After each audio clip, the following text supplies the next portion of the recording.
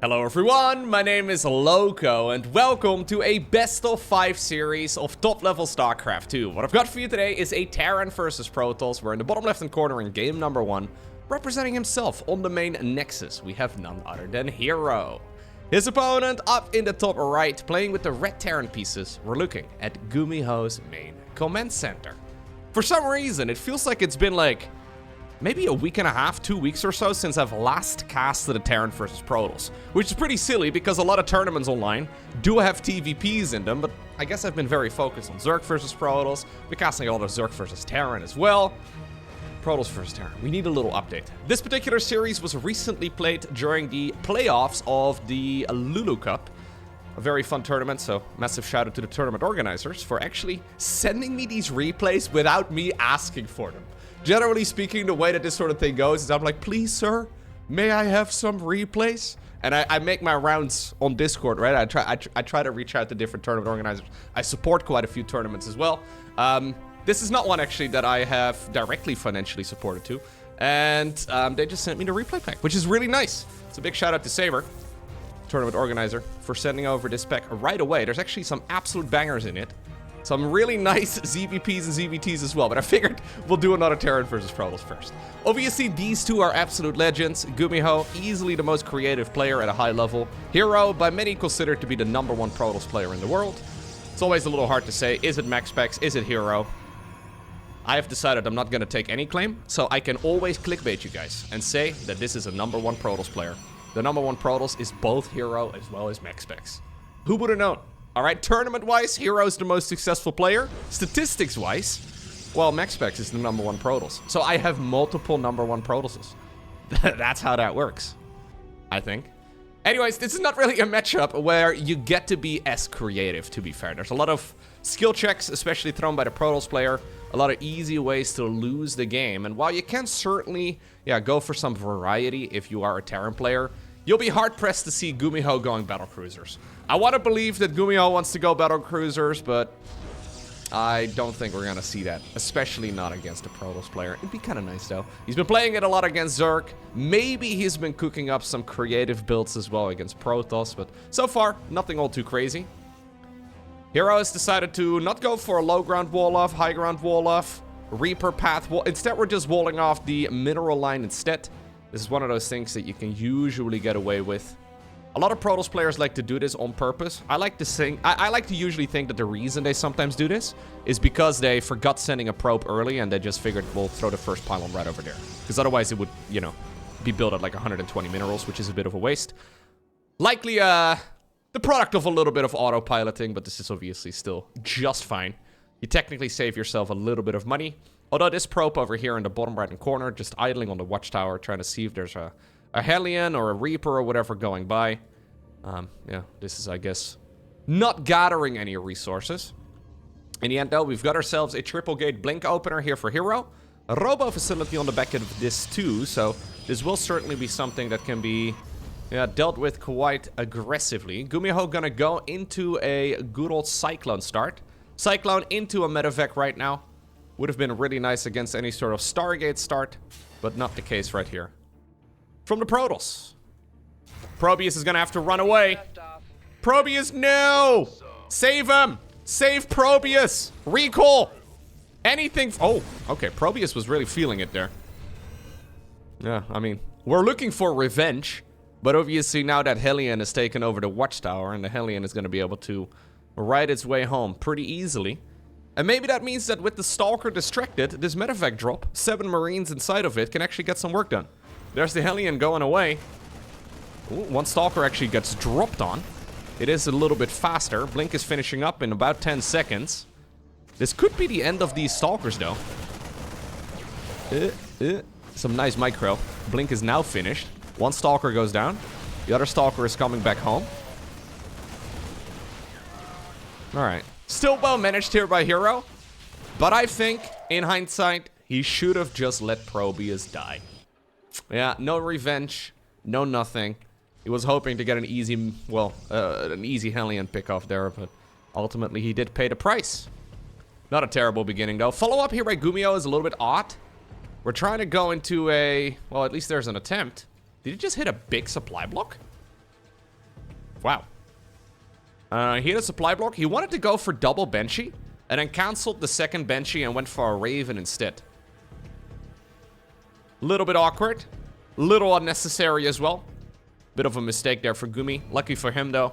Ravens are still very handy. And he didn't commit to, like, the cloaking upgrade. I think it is a problem if you don't go double Banshee when you go for the cloaking field.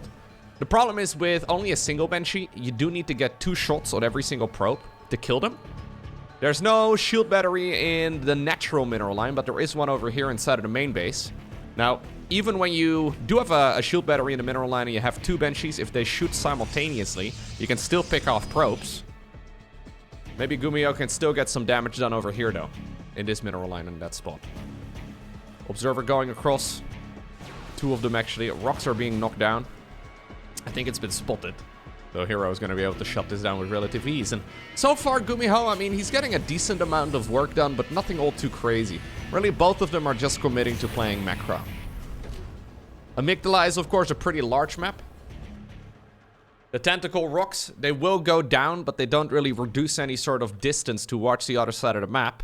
Maybe once the rocks are down and you destroy some more rocks over here, and then maybe eventually you can get your way across the map relatively quickly in the later stages, but rush distance, despite this not being the biggest map in the map pool, is still relatively long. Alrighty, now we do have charge. Charge together with +1. There is no storm or anything along those lines here. A lot of Protoss players have been enjoying the Side Storm upgrade quite a bit. Hero decides to go into that good old Robo Bay follow-up instead, so we are going to be going into the Colossus. Potentially Disruptors, although those have sort of fallen out of favor ever since they did get nerfed. They don't really deal as much damage anymore as they once used to. Most notably, Marauders can now tank 1 shot from a Disruptor. Colossi already were the more popular choice, and I would imagine in this particular instance, you do want to go for some more of those too. A 3rd Observer is coming up. This one's probably going to be hanging out with the army. +2 for the ground troops also coming up. And in the meantime, we have the Holy Trinity for the Terran. +1 infantry weapons, combat shields, and Stimpeg. All finishing up right around the same time. This could spark GuMiho to go across the map. But again, this is a map where it just takes a long time to get across. And because of that, it's just not generally that useful to be the aggressor. He knows that there's likely observers around too. There is a Raven. Ravens are detectors, so he can see the observer. But for now, he's just taking this relatively easily. And lucky for him too, because if he does fight into somebody who's already got charge done, this game can become, it becomes very, very difficult. There's a ranged upgrade for the Colossi coming up. Looks like Hero is thinking about testing the waters a little bit. But this has been a very passive start. Especially between these two, because both of these players are relatively aggressive when it comes to high-level StarCraft. Very different. Oh, we're doing an hallucinated Colossus.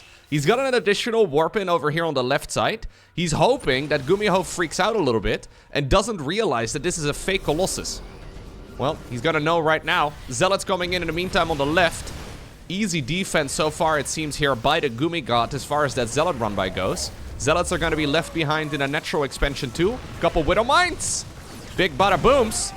Lovely defense right here for the Gumi. We do also have a Zealot warp in inside of the main base though. SCVs over here on hold position. That means that they are not an attack priority. Zealots desperately trying to see if they can reach those Marines. Some nice micro tricks right here by GuMiho. And I really thought he had this one in the bag initially, but ultimately he still lost more than 20 SCVs there. This push should be easily held with now a real Colossus. Okay, that originally looked like it was gonna fall flat on its face, but that warping in the main base really caused a lot of distraction, and SCVs have not yet returned to mining. The first 8 minutes or so of this game were extremely passive, and then suddenly everything happened all at once. Enough Stalkers here to pick off the Marauders in one go. Range for the Colossi at this point is done. GuMiho is very committed. Keep in mind that yes, GuMiho lost a lot of economy, but his army is pretty much still intact. So he should be able to get quite a bit of damage done. If he does not deal damage with this push, he's actually in quite a bit of trouble. An Adept has gone across the map. That's just an Observer. No Prism out anymore, I don't think. No, there is an Observer. Okay, there's a new one that just apparently popped out of the Robo facility. Does GuMiho have enough? He needs to get a move on, though. His economy is in absolute tatters. Hero is just producing way more. He's now also mining those golden minerals. Maybe GuMiho should be attacking on this side instead, but he doesn't know about this expansion. All he's seen is a single pylon. Then again, the siege tank wouldn't be able to help out. Picks up the Colossus. Nicely done right there by Hero. Hero's a very clutch player. Yeah, sometimes his micro is a little and you're like, Hero, what are we even doing right now? Why are we all army hotkeying all the time? And in other moments, his pickup control and his Stalker micro is so crisp, nobody else is going to be able to replicate it. It's either everything or nothing for Hero, and I feel like in these situations, he's nearly unbeatable. He's very strong. Look at him picking up those Colossi again right before the Viking hits. He decides to commit. Technically a little bit risky, but he doesn't want to let the Terran player camp out there for too long. Additional reinforcements are coming across right now. Colossi are being torn apart. A lot of the Zealots have already disappeared. That may have been the best engagement GuMiho could have ever had. More Zealots getting warped in though, and that's a real problem. The Colossi still live. Whew, 13 kills and then 6 kills on the other one. They have been bruising a ton of those SCVs and Marines and whatever else they can hit though. 2 HP and 1 HP. That's all they need. GuMiho decides to set his sights right now on that other base. The golden one. But you can already tell that Hero is starting to desperately outgrow him. His income has just been so good ever since that attack. There are some peaks and valleys right now for GuMiho, mostly because of those mules. But as soon as the mules run out, the Terran income goes down the drain once more. I don't believe GuMiho has really remade any SCVs either. Maybe in hindsight he should have done that. His army would have been slightly smaller, but at least it would have still been manageable. 2 more Widow Mines again. Gotta say, those Widow Mines are actually really nice. I think it was only a single one actually in the end. No, it must have been 2. One of them probably got sniped. In the meantime though, the other army on the other side of the map, not very successful. GG gets called and Hero wins a relatively easy game number 1. Next up, we find ourselves on Ley Lines. A classic Hero game. Macro, macro, macro, then hit your opponent in the face at 17 different angles at once. The difficult thing there for Protoss, we get a beautiful little counter, right, on the right side of the screen that says 24 SCVs, or however many it was, have died, right? And that's nice. The problem is when you warp in Zealots in 3 different locations and you just send them in and you send them to 3 different mineral lines, you can't really keep track of how many workers you've actually killed. So it's one of those situations where Hero has to almost play a bit of a guessing game. I'm sure he realized that he killed quite a few probes. Or quite a few SCVs. But he can't possibly know the exact amount. And that's quite difficult. I have noticed in my own games over the years, whenever you make a mental note as to the amount of workers you think you've killed, with like a Zergling run by, or a Zealot run by, or a Marine drop, things that you don't really pay attention to so much, like you're busy macroing and building other stuff, usually, at least in my own experience, I vastly underestimate the amount of damage you deal. So there's a very good chance that in the previous game, Hero was thinking, okay, I've killed like maybe 12 SCVs. That would have been very reasonable. Because you play a dozen games that look exactly like that. Sometimes you kill exactly 24, I guess. And other times you kill 40. And in other games, again, you kill like 5. But you may have noted there that, well, GuMiho was doing some cute micro tricks. So to clarify, there were like Zealots trying to run in, a round of SCVs on hold position, and then biological units behind it. And Zealots, they were trying to go through those SCVs, but since there was no path, they ended up basically dealing no damage. They were just awkwardly running into the SCVs. And it's a cute little play right there from GuMiho, and I can imagine Hero may have also picked up on that because he shift-queued at some point, so he must have noted it. It's one of those situations where you mentally subtract a couple of the kills that you could have had. You notice that GuMiho was microing quite well, so that may also have explained why GuMiho got jumped there by Hero, right? Because I don't think Hero really needed to engage there, but there's a good chance that he didn't quite expect the exact number of workers that he killed there. The situation was very, very nice for Hero, but he probably didn't know. Now, what are we going to do in game number 2? Cheeky little proxy. Are we going to proxy Stargate? I think so. Yes, sir. It's not a super close by proxy, but by the time that this command center goes down to the low ground and SCVs are mining here, the distance that an Oracle would have to travel is relatively short. GuMiho is also scouting on the other side of the map. One thing he could pick up on is the lack of a second pylon. You kind of expect a second pylon somewhere. He's gonna see the natural right now, but yeah, he's not gonna be able to get a good full scout here. So this adept is gonna keep everything safe. The one over here in the natural is also gonna make it very difficult for the Terran here to figure out exactly what's happening. There is a chance, I guess, that Gumi is gonna go around the map and see if there's anything weird. Problem for him, it's not very common for Protoss to go for a proxy oracle anymore. We only see this every once in a while. Widowmine coming up though. Marines are being produced 2 at a time. The Widowmine is gonna burrow out of line of sight. Yep. Super obnoxious little spot here. Because that is quite literally invisible for Hero unless he like turns his camera. Which he probably won't do. Because it's too slow. Lucky though for Hero, he did not build the proxy in the bottom right corner. But instead he built it in the, well, location right over here. Yeah. So this is... Careful. You don't want to lose it. It's right over here. Oh no. He doesn't see it. Beautiful. Great work right here by GuMiho. That's a little bit awkward. We only have a single oracle. He's gonna try and fire up one more. This one is at a strange timing, so maybe it can achieve a little bit more, but certainly nothing to write home about. Then again, though, we did see 4 SCV kills, which is not terrible. It's not like he just immediately lost it and got absolutely nothing done. And furthermore, Hero doesn't really need this Stargate later on into the game. Most of the matches, they end long before any sort of Tempest transition is needed. So usually you only make a couple units out of the Stargate anyways before transitioning. Okay. This Widowmine is going to detonate, and it's also softened up a few of those SCVs. The Adept sacrificed itself, but don't tell me you're going to fly into the first one again. Please no. That'd be kind of silly. Alright. Alright. So, blink on the back of this right now for Hero, who will be transitioning towards a ground-based army instead. And he's already built the 3rd Nexus a little while ago.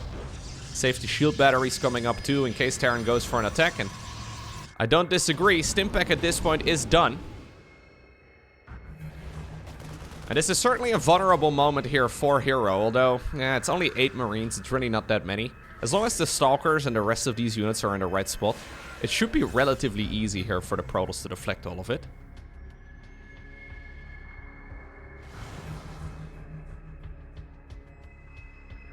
Siege Tank has now joined in though, and more Terran reinforcements have made their way across. This push is not over yet. Stasis Ward on the high ground, by the way. Oh. And we have to go home. Or we can try and siege up over here, but this is going to delay stuff for so long. We have a Liberator going to town in a natural expansion. Killed a few dudes. Fair enough. Those Marines are once more going to join in. Blink is finished now, but this is still not an easy cleanup, though. No, I actually like that GuMiho decided to send everything else across the map. I was a little concerned about it. He could easily overextend. He's going to try and see if he can pick up, Hero that is, a few of those reinforcing Terran troops. But the Nexus falls over at the 3rd base location. And this is all because of that Stargate opener. The Stargate opener just follows... Like, any tech that follows this sort of build is just so much slower. Ooh, okay, he does blink away against those Widowmines. GuMiho goes in. He is kind of stuck, though. This is not really an army that is likely to ever make its way back home. So he'll probably try to maximize the amount of damage he can deal. The longer he waits, though, the closer he's gonna get to, well, the charge upgrade finishing. He doesn't really know exactly what the follow-up for Protoss is going to be. But either Colossi or, well, for example, charge. Both of those choices are pretty terrible for Gumi. So he's trying to see if he can sneak away. I think the Marines are less important. They will likely trade reasonably well against Stalkers anyways, but losing the Siege Tanks is kind of rough. Okay. Looks like GuMiho has successfully bullied his way back home, and he's going to try and see if we can get some free shots at those Stalkers. He does get the job done. Okay. 3rd Command Center now goes up inside of the main base. 3rd Nexus rebuilding over in that same location where he previously lost it. Proxy Stargate still in the top left-hand corner, just hanging out. This is a much better game, though, here for GuMiho. Still, these are Blink Stalkers. And the Terran army is in a bit of an awkward position. He's busy trying to see if he can intercept that, Stalker bunch that is going across the map, but looks like Hero managed to find an angle. Oh, he's trying to see if he can bait that army in. Decides to just recall those Stalkers back home. I tried to grab them too. Follow the camera. Did not quite happen. Hero, though, still very slippery here at this point in the game. GuMiho trying to see if he can grab these units, but Hero seems to slither away with these very mobile troops every single time. And now he is going to go for that very popular upgrade. We've seen quite a bit of, Psystorm research lately. Obviously, the Ghost has gotten nerfed a little bit. It is now one supply more than it was in the previous couple years of StarCraft. And it's quite a significant change, really. Terrans in general, especially somebody like GuMiho. I've criticized GuMiho for that before. He's not very fond of making a Ghost. He doesn't really like the unit that much.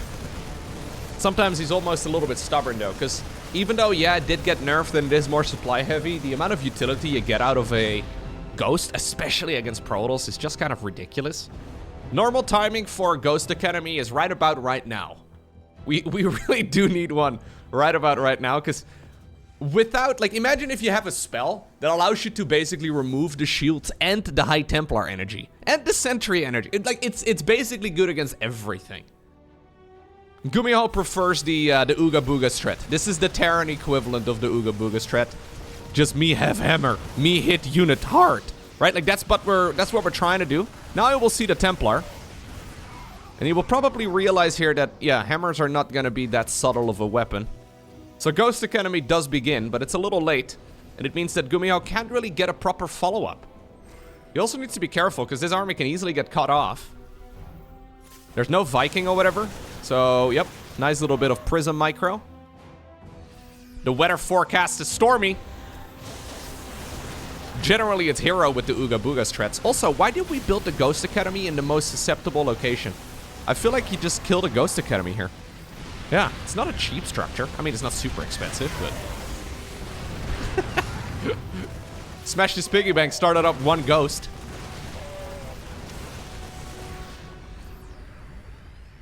It is interesting, man. There are some Terran players out there, and GuMiho really is the one at the top of the leaderboards in that regard, who are just not fans of making Ghosts. It's just such a good unit, you know? I would probably consider it to be the second best unit that Terran has. The very best, of course, is the Mighty Marine. But Ghosts are so good. Especially against Protoss. I can kind of see how you would want to skip them against Zerg, because you have, I guess, a Liberator alternative, and sometimes Ooga Booga is fun, but this is dangerous now. He was in a wonderful position. Those storms really hurt. Part of it, though, is because the Terran army is split up. There's units on the other side of the map, too. We have a Colossus trying to slip away. Oh, we recall all the Templar. We have 10 Templar. I kind of like it. He lost a third, but he's killing a third, and a fourth command center, too. Storms are going down, though. GuMiho's eyes have been set on this particular fight. Colossus tries to come back home. Did not quite get so lucky. Problem is, GuMiho didn't know about this base. So, ultimately, both players end up losing an expansion, but Hero already had a replacement.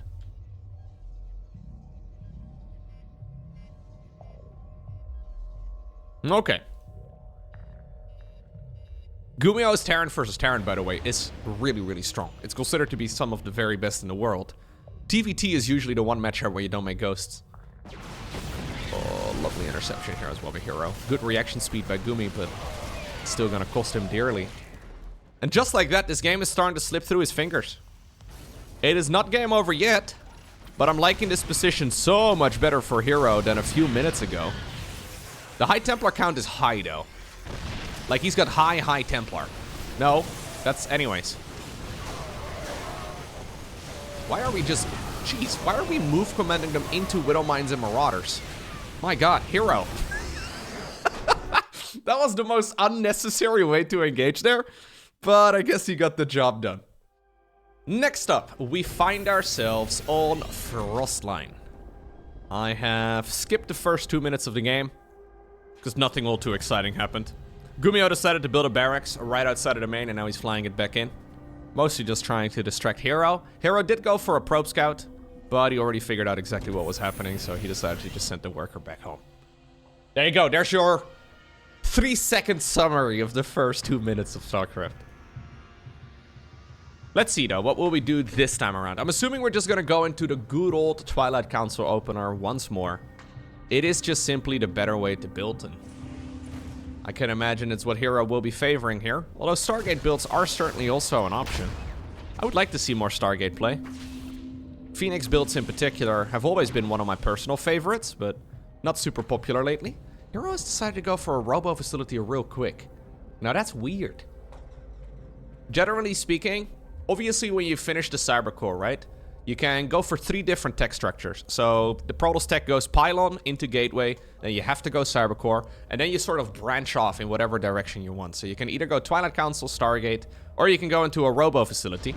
Robo facility in this matchup, and also against Zerg, by far the least popular one. Straight observer. Okay. We'll have to keep an eye out on exactly what Hero decides to do. There are, of course, some strategies surrounding robo facility builds, but I would say that this is like a 1 in 20 type of strategy, you know? It's a very uncommon way to play. And ultimately, this is also in a series where he's leading 2-0, so this is match point for Hero. He's got some luxury here to mix things up. Most of the time, it's a Twilight Council start. Some of the time, it's a Stargate. Very infrequently do we see a robo facility first. I mean, in a way, this gives your units blink without actually needing to research blink. This is much quicker than you could ever get the blink upgrade done. In the meantime, though, on the other side of the map, GuMiho just going into the good old bio follow-up. So we end up with a 2-1-1 here. Second command center now growing its little orbital command hat, so he can start dropping additional mules. And I think GuMiho must have just seen it, although he may not have noticed. There's a Widowmine drop coming in. Good defense. There's 2 more. Careful, careful, careful, careful, careful. Okay. There's still 1 mine. Oh, there's a dead overlord over here. Look at that. Kind of sad. Widowmine over there ended up going down. Can we look at the dead overlord again? Oh. Look at his little face. Look at his little tentacles. I guess Frostline is a very cold map, so maybe it doesn't quite break. Doesn't quite tear apart. Not until spring comes.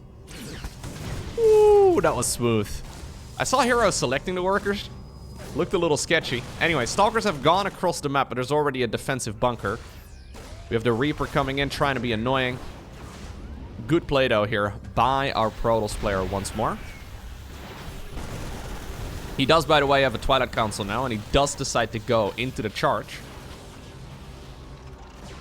Hero's losing a lot of workers. Yeah, the Liberator is just gunning everything down. Okay, so everything has been really smooth until the Liberator came in. 10 workers go down just like that. 11, 12. Yeah.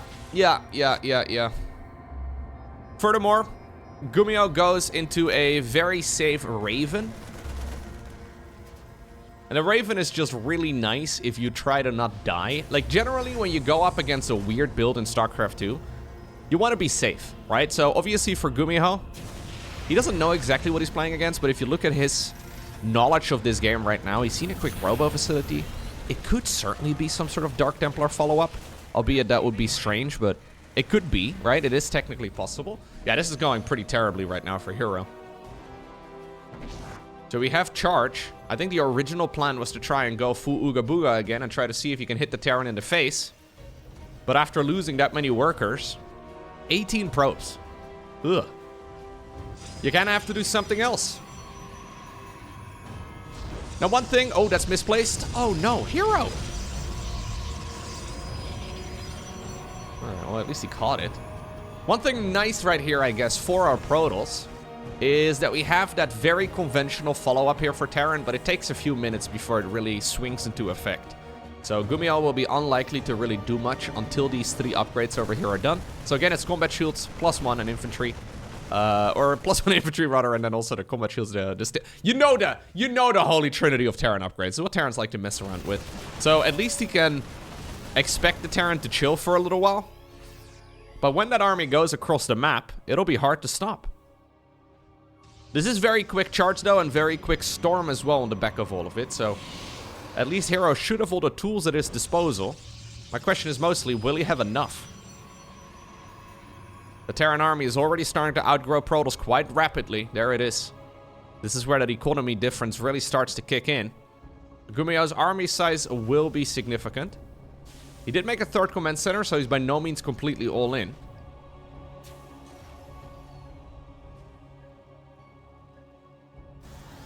Okay. Well, one well-placed storm. And this is still very holdable, though, for Hero. Obviously, GuMiho is kind of scratching his head trying to figure out exactly what's happening. And he may not even commit to a big attack. He may just use this army to secure the 3rd. And just play the macro game instead. Perfectly viable way to play. Obviously, GuMiho is also not really in a position in the series now to take any chances. Well, now he knows at least what he's playing against. Ghost Academy is also way quicker this time around. Yeah. It makes sense. Gravitic Drive on the back of this right now for Hero. This is the War Prism speed improvement. It's going to allow him to boost those prisms around the map a little bit more aggressively. Especially if you want to do continuous storms and zealot run-bys and all that sort of thing. Very, very handy. There was definitely an opportunity, though, for GuMiho to try and punish this. But GuMiho is basically just crossing his T's and dotting his I's and just trying to play this out as safely as possible. He knows he's far ahead at this point, but he doesn't want to take any chances. Problem, though, with not moving across the map is that the Protoss army is going to become a lot more complex. So right now, you're mostly dealing with a bunch of zealots and storms and that sort of thing. When you go across the map next time around, well, you'll have all of that, right? The storms, the zealots, the flanks and all it. But on top of it, it's also going to have Colossus. We're going to have Blink Stalkers. We're going to have probably a bunch of... We can make whatever. And that's one of the big downsides here. The Terran army doesn't necessarily become a lot more complex. I guess Vikings are scary, and obviously the Ghosts also do add another layer. But the Protoss army has a lot of... How do we say this? A lot of fatality, right? Like, you can very easily accidentally lose. You take one bad fight. It's much easier to take a bad fight against a highly complex Protoss army than it is against one of those relatively early, maybe early mid-game type of unit compositions instead. Furthermore, obviously, when you have some more cash, Protoss can also go for attacks like this. Mostly just annoying, especially when it happens, though, a little later on into the game. They can do a lot of damage. Marine drop gets shut down. Yeah, GuMiho needs to commit at some point. There is certainly a moment where you want to go across the map. Because you don't really want to give Hero all the time in the world to max out by himself now. This is the army size, by the way, so you can see the value. So Hero's sitting here at about 60 army supply. GuMiho's got quite a bit more.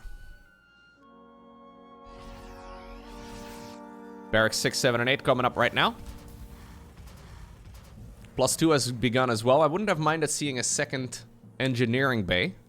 Apparently we've decided to, well, spend that money on other things instead. This is GuMiho, though, trying to see if he can tighten the noose. Good EMPs go down. Couple Templar here. Out of energy. There's still enough remaining, though. Okay. Man, Hero's actually very fond of making a lot of Templar. He doesn't mind if his army is high, apparently. This is an awkward engagement, too, for GuMiho, man. I understand that he's trying to shove those siege tanks in a good position, but up a ramp into a choke point? Not the easiest map to fight on, that's for sure. Hero's army is just about to be really well-rounded, and GuMiho is hitting right at the perfect time. Now leading this game by 60 supply. Even more. Oh, Hero decides to commit. Does he have enough? The storms need to be good. We do have EMPs. Great EMPs right there by the Gumi God. Shuts down all the Templar on the right, all the Templar on the left. He decides to use the all army hotkey. Sends whatever he's got across the map as well. Secures another command center. Keep in mind though that this is not the third base of Hero. This is the fourth. So losing this expansion for Hero is technically okay. 2-2 is also on the horizon. He did apparently make a second NG bay, by the way. I was wondering about that. I was suggesting it. I think he had one. Anyways, he's trying to see if he can snipe all of these units. Hero dancing his way around. It's a very delicate Protoss army. He's hoping here that GuMiho goes home. Another Colossus comes out. Oh, GuMiho goes home? Really? This is so incredibly safe.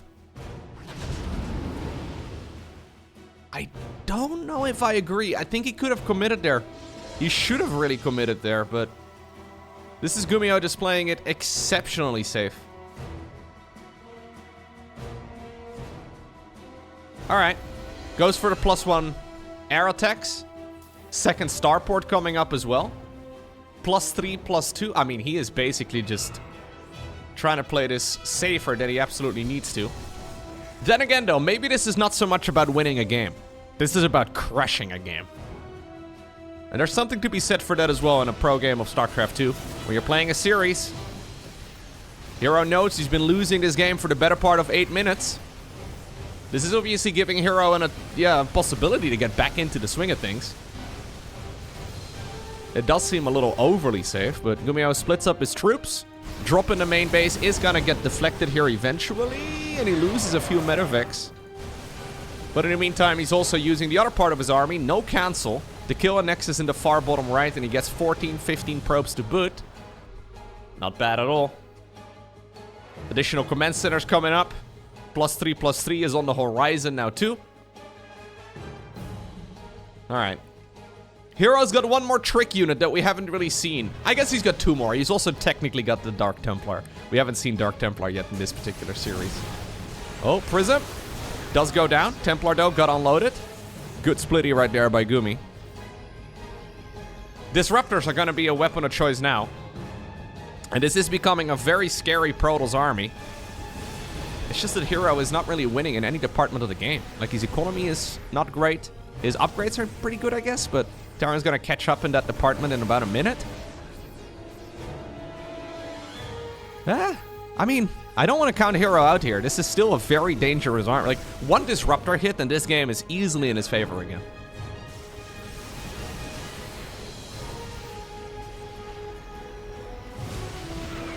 Okay. GuMiho not taking any chances. Inviting his opponent up to the high ground. He decides to scan this spot.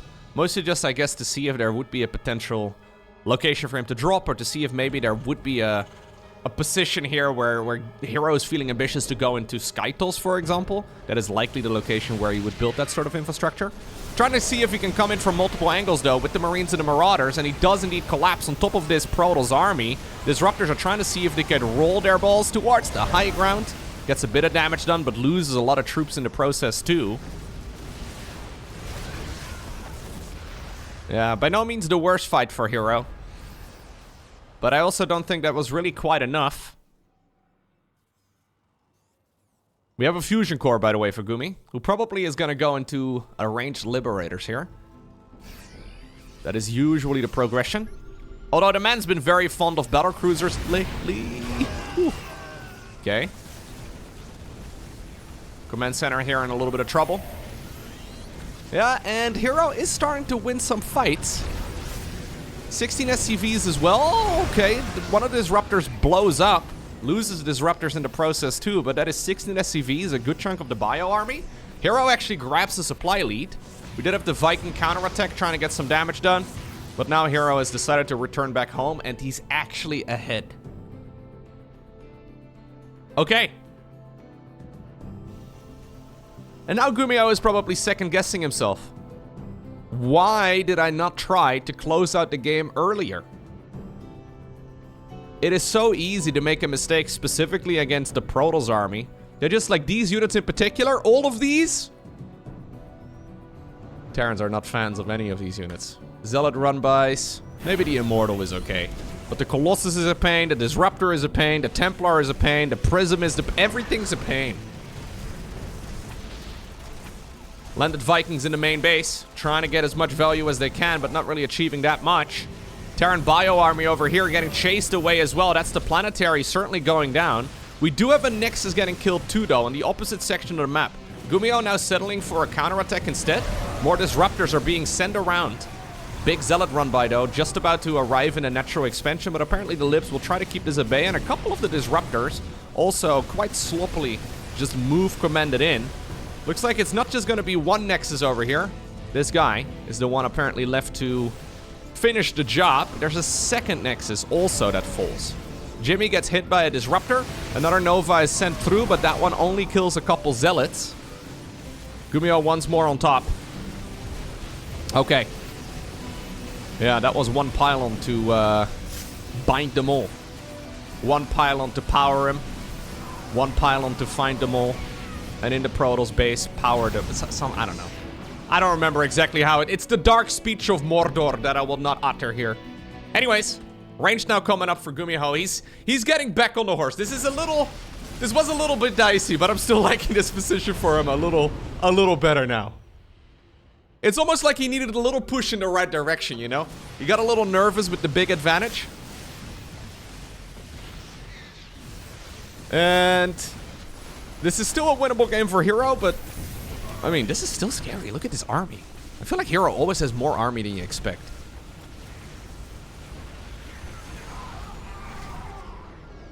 Guardian Shield activated. It's just one lip up in the air. GuMiho has a bunch of late game tech, but no units for it. It's really just Marines and Marauders. Reinforcing Protoss troops should be able to shut down these drops. So all of this should stay around for a little bit longer. And in the meantime, Hero is starting to break through the natural expansion again. GuMiho still has bases, though, in the top left that I don't think Hero is aware of. These expansions are, yeah, retaken once more. Here's the rest of that Bio Army, by the way. Rather than defending their home, they decide to go across. And whenever you recall like that, you have like a 50-50 chance for it to go terribly wrong.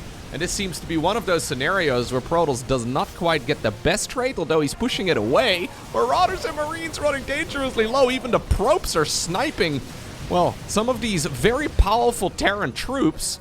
This was, by the way, not the entirety of the Protoss army. Apparently a Colossus has been left behind together with a bunch of Zealots to clear out whatever they can. Whew. This is an absolute banger of a game now. And yet, it's these outer expansions, these bonus command centers that GuMiho produced when he was ahead that I think will probably be a saving grace. He needs to get rid of these troops somehow, though. You know what? Actually, this is like the soft underbelly of the Terran here. Any Marine that pops out of a barracks now, it just instantly, well, walks into the arms of a Colossus. Okay. Sometimes you have to make drastic decisions, and apparently this is one of them. He decides to evacuate this location altogether. Now, you may have all those minerals in the bank. You may have more income than your opponent, but when you can't actually make army, it is entirely pointless. Hero still has a bunch of... I guess he has no income at all. He's only got 5 probes. He's got 5 probes and a dream. Getting 83 minerals a minute. Not even. It's going to go down to all the way 0, I think. Yeah, 0 minerals, 0 gas coming in right now for the Protoss player every minute. Against more than 2,000 for his opponent.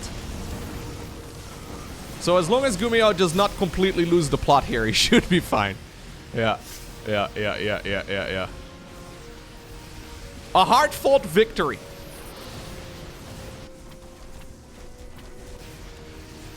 A hard-fought victory here, but I think this is basically the last unit. Ooh, the last unit that we will see Hero have. He's got no income. He's got 0 probes. He doesn't even have enough here to reproduce a single worker. And even though GuMiho is not producing anything, he's just stacking up mineral after mineral after mineral. When the guy gets to spending, he is not gonna run out. It looks like the evacuation has been completed. He doesn't know, so he's scouting right now the far bottom right. He doesn't know whether or not there's hidden Nexi in different locations. It's GuMiho who gets a point on the board. Okay, and that takes us to El Dorado. Hero, despite losing that game, still seemed very confident. It's one of those scary matches for GuMiho, because even though it felt like he was winning for pretty much the entirety of it, he still played... I mean, the word that comes up in my mind is cowardly, but there's probably a better way to describe it that doesn't sound so negative. But seriously, he was so far ahead and he just kind of ran around. He's like, I'm scared. I don't want to... Like, he was just scared of finishing the match, right? And at some point, he got forced into it because he took, well, a pretty terrible engagement and he didn't have much left over. And that's when he started playing the game again. But there is certainly such a thing as respecting your opponent a little bit too much. Yeah, that's not really a problem Hero has ever had to deal with. There's some players out there that really do get quite intimidated when they play against other, well, top-level competitors. Maybe Hero does feel that as well, but it certainly doesn't show in his gameplay, right? Hero will certainly not be afraid of doing like a proxy gateway against, for example, Serral, if he feels like that is something he can get away with. Now, we are on El Dorado. Pretty big map. Apparently, we do decide to go into a good old Phoenix build. I like Phoenix builds. Always a lot of fun. Problem is, of course, that you can very easily accidentally lose. Specifically against blind Cyclone builds, it is something that needs to be considered, because the Cyclone can very easily kill Adepts, and it can also very easily slow down any sort of Stargate play. Usually you go from Phoenixes... Ooh. Usually you go from Phoenixes into a Colossus follow-up. You can also go into, for example, Charge if you really want to. There's a few different moments, but there is quite a long time period where Protoss is vulnerable. So the idea of the Phoenixes is that they stay around for as long as possible. Now this is nice. Maybe the Marines from the side, though, can actually shoot this down? Okay. Nah, this is fine. This is fine right here for Hero. Anyways, there's quite a long time period where those Phoenixes are not yet supplemented with anything else. We do have to go for another Nexus here, if we want to continue playing this game. Yeah. Decides to fire it up. Okay. GuMiho going into the cloaking field as well. Honestly, a little bit ambitious. This is one of those plays that's technically terrible, because obviously your opponent has basically the fastest flyer, at least in this matchup, right? Phoenixes are very, very good at killing units that fly and don't shoot up, right? They're very good against killing, they're very good against these good old cloak units, but sometimes because the Banshee is so unexpected, it can actually be very effective. Usually these Phoenixes are played quite aggressively, so if you can suddenly appear on the other side of the map with cloak Banshees, okay, he sees it. Yeah, this is terrible. Terrible for Gumi. Doesn't even get a Phoenix on the back of it either. I guess Gumi can still let this one finish, but you really do sort of need a second Banshee for this to be effective. Phoenix is relatively tanky too in the early game. They have more health than, for example, an Oracle, and Hero decides to go for one of those right now. A little curious, maybe it's just for the utility. Stasis wards and obviously, well, detection, also very nice. It is not going to be a Colossus follow-up. This is something Hero has been doing a little bit more as of late. I haven't seen him play a ton of Phoenixes, but whenever he does, he seems to be a bigger fan these days of the follow-up that we see right here, where he goes into the charge slot rather than the Colossus. We'll probably still see Colossi if the game goes on long enough. But apparently this is just a little bit safer, or at least he's just preferring it right now. Seems like most of the other Protoss players are still favoring Phoenixes into the good old Colossus play instead. Anyhow, a Cloak Banshee. It's a very, very ambitious project. There's a shield battery over here too. There's a shield battery over there too. God, this is awkward. He's got the entire base completely unscouted. But he deals no damage. Yeah, energy is running out on the Banshee. It's not fired a single time. Well, at least it didn't get seen, so... Yeah, it wasn't seen at all, so the Phoenixes don't go and kill it. But considering this was basically just a glorified scout, And considering he lost one Banshee just to get this one to work, it's been awfully expensive. Maybe it can swoop back in and actually deal some damage, but it basically needs to kill like 10 workers for it to be justified, and I don't think it's ever going to get that. Yeah, so the Oracle is just here for a bunch of stasis wards and just to be a bit of a nuisance. Throwing them around if Terran decides to be aggressive. It's one way to get the job done. Look at the minimap right now, by the way. This is when Protoss is cruising. Sometimes Protoss get a little bit too comfortable cruising, but he has got everything. GuMiho has sort of been punched into a corner. But don't count a Terran player out in this sort of scenario, because they just have a really nice army. Marine Marauder Medevac, supported by a bunch of siege tanks. It hits like a truck. And once more, we have the double upgrades. Once more, we have the Stimpak. Combat shield's not yet coming up, but we'll see that before too long. Yeah.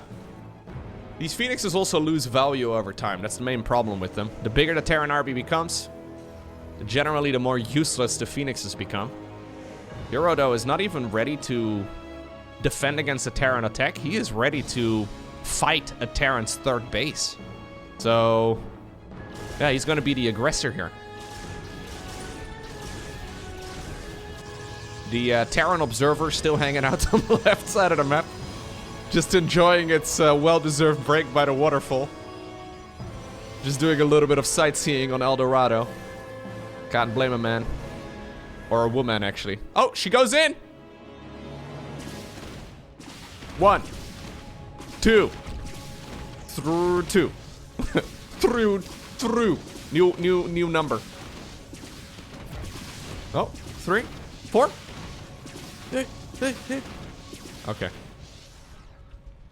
Well, your vacation time is up. But you know what? It died next to the forests of El Dorado, near the waterfall. I mean, there's worse places to get shot out of the sky, I'm pretty sure. If I made a shooting out of the sky tier list on a StarCraft map, I feel like this would be ranking pretty high. Yeah. StarCraft maps are pretty beautiful these days.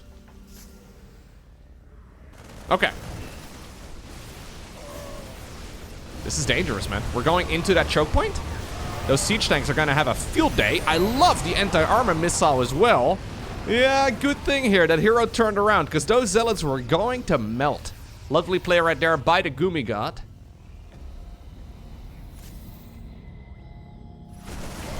These units just die so rapidly.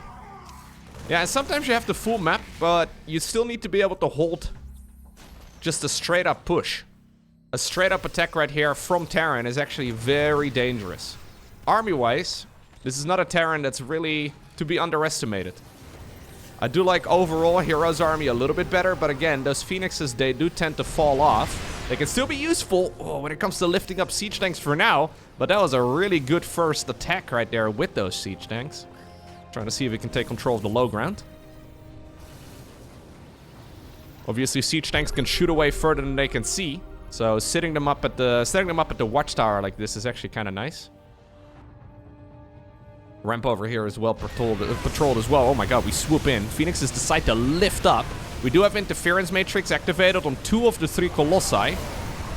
Zealots coming in from the side. I think one of the Colossi should really be sent back into the battle. Guess he's got them on 1 control group. Most of the siege tanks, though, are dying. And I think that was still good enough right there for Hero. Yeah. Because now if Terran decides to push, they'll be fighting into shield batteries and all the rest of it, too. Double disruptors are being produced. That was very dicey, but he gets the job done. That command center that we saw as part of the wall-off earlier is now going to be sent on over towards the golden mineral line. And already, we have more bases north of the golden wall. Hero is taking as many of those expansions as possible, and there's about 0 that GuMiho can do about it. Right, if he decides to send out a medevac, Hero's got little spotter units all over the map. He's going to see any medevac. Pretty much any medevac that's gonna try and escape. I guess there are some paths for it to get across, but it would not be easy for GuMiho to really go across the map unscouted, and he can't really know exactly where the opponent really has those spotter units. So I think GuMiho is essentially just worried about all of these expansions here at the bottom In his mind, his win condition is to kill all of this. Hero's using the money right now to try and build up as large a force as possible. He's already up to 83 workers, so his income is through the roof. And I guess this is one way. It's a bit dangerous. This is one way to prevent the opponent from attacking. Gets a couple good SCV shots, but I don't really love that attack right there from Hero. Loses a Colossus as well, it looks like. Yep. Indeed, it does end up going down. Drilling Claws coming up. Hero even sneaking out the gold base over here at the bottom. GuMiho is just pushed entirely into a corner. Honestly, brilliant game right here by the Protoss. I'm still a little concerned because I've seen Protoss lose from this position many, many times before. But Hero is playing this out wonderfully. This is one of those spots where you see a lot of Protoss players balance wine. It's like, I've been containing them the entire game. I've been taking favorable fights. And then when Terran goes across the map with their Ooga Booga army. Okay, maybe that's a word only I use. Anyways, when they go across the map, sometimes holding this Terran army is actually super hard. Terran is gonna get 3-3. They might not have a crazy economy, but they have a really solid, just a good group of units that have guns in their hands. And it turns out men with guns. Very strong. Okay. Another jump over at the golden mineral line. Disruptors being used mostly just to try and keep this Terran army occupied, but need to be careful. GuMiho kind of has this army cornered right now, and this is exactly what he was hoping for. He needs to be careful though. Good splitter right there. He does actually take a really good fight.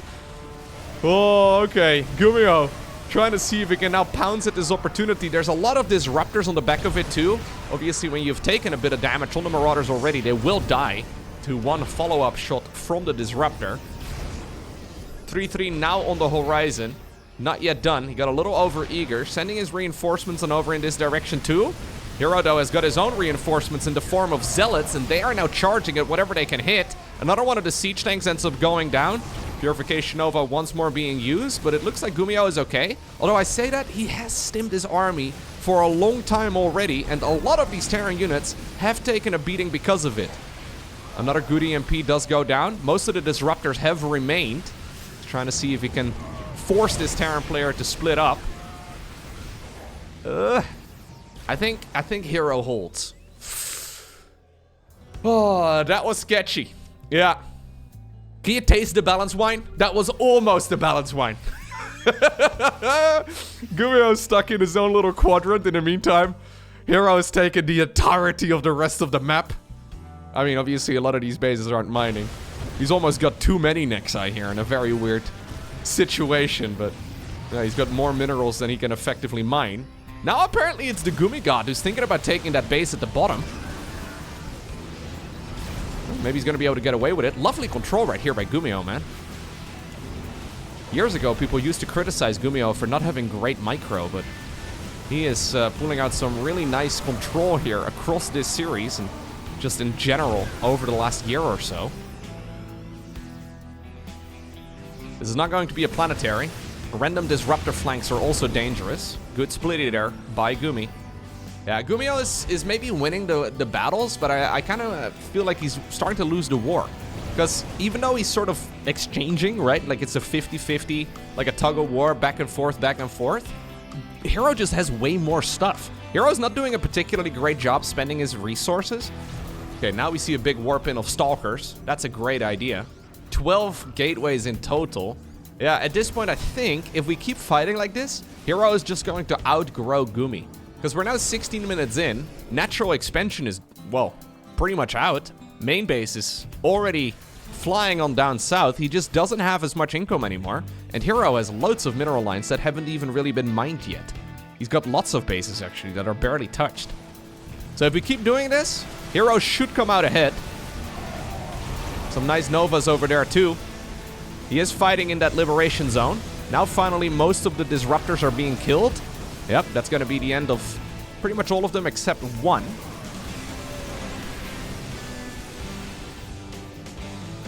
Brilliant game. GuMiho is basically winning all the fights. Hero, though, has the bigger economy. And ultimately, StarCraft 2 is a strategy game. And economy is a big part of it. If this was Warcraft 3, GuMiho would be destroying his opponent. In this particular instance, though, I just don't think he's got enough income. Warcraft 3 generally doesn't give you 7 bases. Not really the type of setup you would get. How many does he have? 1, 2, 3, 4, 5, 6, 7, 8. And then a second one over here, so he's got 9 bases. Yeah, that's too much, man. GuMiho is getting pushed away as well from that expansion at the bottom. Nice Nova. Hero can warp in another 15 zealots. Okay, we go with a meager 10. GuMiho recognizes the spot, though, that he's in. He decides to tap out. It's Hero who obtains the victory in this best of 5 series. 3-1 over GuMiho. A very fun one. GG.